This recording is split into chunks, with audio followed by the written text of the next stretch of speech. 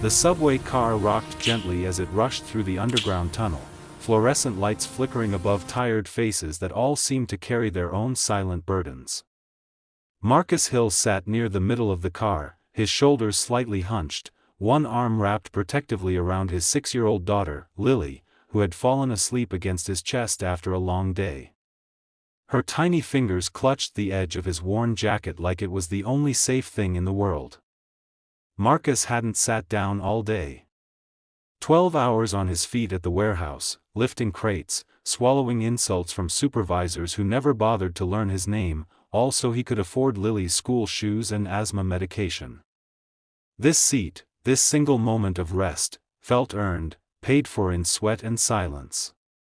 Around them, the train was crowded but calm, the hum of exhaustion louder than conversation. Marcus closed his eyes briefly, not to sleep, but to breathe, to gather himself before getting off 3 stops later and walking the last mile home. That was when the heel of entitlement stepped into his world. A sharp voice cut through the dull rhythm of the train. "Excuse me. That's my seat." Marcus opened his eyes slowly. Standing over him was a well-dressed woman in her early 30s, designer coat, immaculate hair, phone already raised like a weapon. She didn't look at Lily. She didn't look at Marcus's tired eyes. She only looked at the seat. "I've had a long day," she added impatiently, tapping her foot. Marcus blinked, confused but polite. "I'm sorry, ma'am," he said quietly, careful not to wake Lily. "There weren't assigned seats. My daughter's asleep." The woman scoffed loudly. "That's not my problem. I was standing before." "Move." Heads turned. The air shifted. Marcus felt the familiar heat of humiliation crawl up his spine, the kind he'd known all his life. He adjusted Lily slightly. "Please," he said, still calm. "She's been sick. Just a few stops." The woman laughed, not amused, but offended that someone like him dared say no. "Unbelievable," she snapped. "Single dads always playing the sympathy card." The words landed like a slap. Marcus stiffened. Lily stirred but didn't wake. The woman reached forward and shoved his shoulder, not hard, but enough. "Get up," she demanded. Marcus caught himself, heart pounding. The train fell into shocked silence. Phones came out. No one spoke. No one intervened.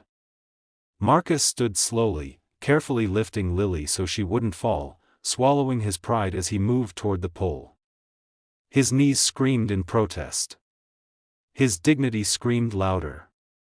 The woman dropped into the seat with a satisfied huff, crossing her legs, already scrolling through her phone as if nothing had happened, but someone had seen everything. At the far end of the car stood an older man in a simple charcoal coat, hands resting calmly on a cane. His eyes, sharp and assessing, had followed the entire exchange without missing a single detail. He wasn't loud. He wasn't dramatic. But there was authority in the way he stood, in the stillness that suggested he was used to rooms falling quiet when he spoke. As the train slowed at the next station, he stepped forward, his voice low but carrying. "Young lady," he said. She looked up, annoyed. That man was sitting. She rolled her eyes. "Mind your business." The man smiled, not kindly, but knowingly. "Oh," he replied, "it is my business." The doors opened. People leaned in. The man turned to Marcus. "Sir," he said gently, "please sit back down." Marcus hesitated, unsure, Lily still in his arms. The woman laughed again. "You can't be serious." The man's eyes returned to her, and this time the air changed. "Stand up," he said, calmly. "Now." Something in his tone pierced her arrogance. Slowly, confused, she stood. The man gestured to the seat. Marcus sat, stunned, Lily still asleep. The woman sputtered. "Who do you think you are?" The man straightened, every inch of him suddenly commanding. "I am the CEO of the company whose logo is on your coat," he said evenly. "And tomorrow morning, you'll be explaining this behavior to my board." Gasps rippled through the car. The woman's face drained of color. The man turned back to Marcus, softer now. "Sir," he said, "no one who works this hard should be treated like that." The train doors closed. And for the first time that day, Marcus felt seen. If this story touched your heart, don't forget to subscribe to the channel, because stories of dignity, justice, and humanity deserve to be heard. Chapter 2: When Power Chooses Compassion. The rest of the ride passed in stunned silence. The woman stood frozen near the door, gripping the pole like it might anchor her to reality, her confidence completely dismantled. Marcus sat quietly, heart still racing, his mind struggling to process what had just happened. Lily shifted slightly, her cheek pressed against his chest, safe and unaware that her father's dignity had just been defended by a stranger with more power than Marcus had ever known. The older man returned to his place, but the energy in the train had transformed. People who once looked away now glanced at Marcus with respect, some with shame, others with admiration. When the train stopped at Marcus's station, the man approached again. "This is you?" he asked. Marcus nodded. "Thank you," he said simply, voice thick. The man shook his head. "No," he replied. "Thank you for reminding everyone here what real strength looks like." They stepped onto the platform together. The man introduced himself as Robert Langford. Marcus recognized the name instantly, one of the most powerful CEOs in the city, known for ruthless business decisions and billion-dollar deals. Yet here he was, walking beside a warehouse worker. "I grew up without a father," Robert said as they walked. "My mother worked herself into the ground. People looked down on her too. I promised myself I'd never be the kind of man who stayed silent when injustice happened." Marcus listened, stunned. Robert stopped near the exit. "Tomorrow," he said, "I want you to come to my office." Marcus panicked. "Sir, I can't afford to miss work." Robert smiled. "You won't have to." The next morning, Marcus stood in a glass tower that overlooked the city, wearing his only decent shirt. Lily sat beside him, swinging her legs. Robert greeted them personally. What followed wasn't charity, it was opportunity. Robert had learned Marcus once studied logistics management but dropped out when Lily's mother passed away. Within weeks, Marcus was offered a supervisory role, flexible hours, and benefits that meant Lily would never have to choose between medicine and meals again. The woman from the train was there too, not fired, but publicly reprimanded, required to undergo sensitivity training and stripped of her managerial authority. Robert believed consequences mattered more than revenge. Months later, Marcus rode the same subway line, but this time, he stood willingly, offering his seat to an elderly man. Lily tugged his sleeve. "Daddy," she whispered, "why didn't you sit?" Marcus smiled. "Because someone once stood up for us," he said. "And now it's our turn." Across the car, a young man watched, inspired. That was how change worked, not loud, not viral, but passed quietly from one act of courage to another. Life didn't magically become perfect for Marcus Hill after the subway incident, but something fundamental had shifted, inside him and around him. Weeks passed, and the story of the single dad on the train spread quietly, not through headlines, but through conversations. At work, people listened when Marcus spoke.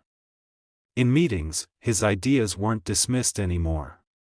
He still wore the same humility, still packed Lily's lunch every morning, still kissed her forehead before school, but now he walked with a quiet confidence born from knowing his worth had been recognized, not pitted. One evening, as he and Lily waited on that same subway platform, Marcus noticed something he hadn't before: How many people stood when they didn't have to? How many avoided eye contact when someone was treated unfairly? Lily squeezed his hand and asked, "Daddy, do you think that man will come back again?" Marcus smiled. "I think he already did," he said softly. "He came back through us."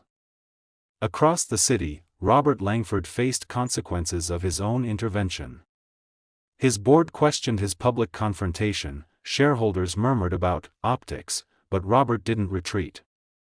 Instead, he launched a company-wide initiative, mandatory empathy training, anonymous reporting for workplace harassment, and a new policy: leaders would ride public transport once a month, no exceptions, no chauffeurs. Power, Robert told his executives, is useless if it only protects itself. Some scoffed. Some resisted. But change doesn't ask for permission, it demands courage. The woman from the train, stripped of her authority, struggled at first. Anger turned into reflection. Reflection into shame. Months later, she wrote Marcus a letter, not an excuse, not a plea, just accountability. "I saw you as invisible," she wrote. "And I was wrong." Marcus read it twice, then folded it carefully. Forgiveness didn't mean forgetting, but it meant freeing himself from carrying the weight of someone else's failure. One rainy afternoon, Marcus was invited to speak at a small community center, nothing fancy, just folding chairs and flickering lights. He almost said no. He wasn't a speaker. He wasn't a hero. But Lily looked up at him and said, "You tell stories to me all the time." So he went. He told them about exhaustion, about being judged, about a seat that wasn't really about sitting, it was about dignity. He told them how silence hurts more than cruelty. By the end, people were standing, not clapping loudly, but nodding, wiping tears, feeling seen. A local teacher asked to share the story with her students. A bus driver promised to never look away again. A teenager decided to apologize to his single mother. That night, months later, Marcus saw Robert again, on the same subway line. This time, no confrontation. Just a nod. Two men from different worlds, connected by one moment of courage. Lily waved. Robert smiled. The train moved on. The city moved on. But something invisible had rooted itself deeper than concrete: compassion with backbone, kindness with action.